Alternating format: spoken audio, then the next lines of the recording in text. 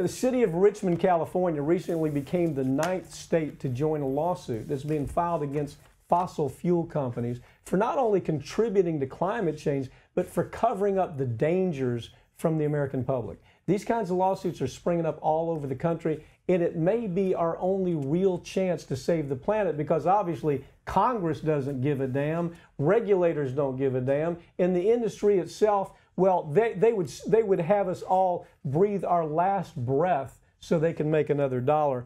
What's your take on this? This is a great case. I mean, this is Richmond, California. They say we want to be paid back all the costs that we've lost for paying for your fraud. I really like this. I'm going to tell you why. I call this kind of the private attorney general.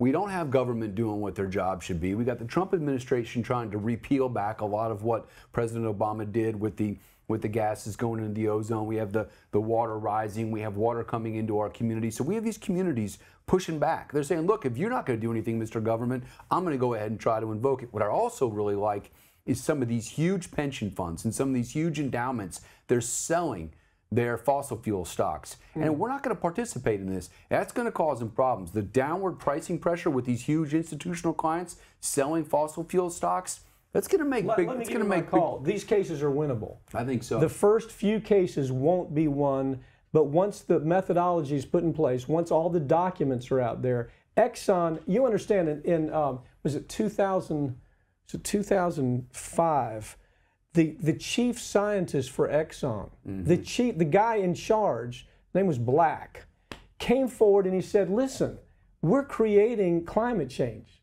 It's not natural, it is occurring, and we're helping to create it. And what Exxon did after that, constantly, every year, was they created their own stories. They created, I think, I don't know, 147 stories or something like that they had internally, where internally their scientists, about 83% of those stories all concluded, yeah, we are creating climate change and we're responsible. But what they did, Peter, is it was less than 10% of those stories that ever went out to the public, to where the public knew what Exxon was doing. You know what's interesting about the theory of these cases, though, is what essentially the foundation of that case is it says, Mr. Fossil Fuel Company, Chevron, BP, whoever it is, you shouldn't be allowed to profit from your conduct and then push the ramifications on the cities and counties. So when we have water levels rising and we're having to shore up, like Miami just did. Miami spent hundreds of millions of dollars. The taxpayers are paying. Why should the taxpayers pay it? And Mr. CEO of Chevron makes $1 gazillion and then forcing the ramifications of the conduct onto the taxpayers. It's not fair. And all we're doing is if you're going to take the profits, you got to hold the accountability for actions. It seems like a pretty simple formula. Yeah, well, I mean, it's a formula that in the end is going to work. Exxon's got some big problems ahead of them.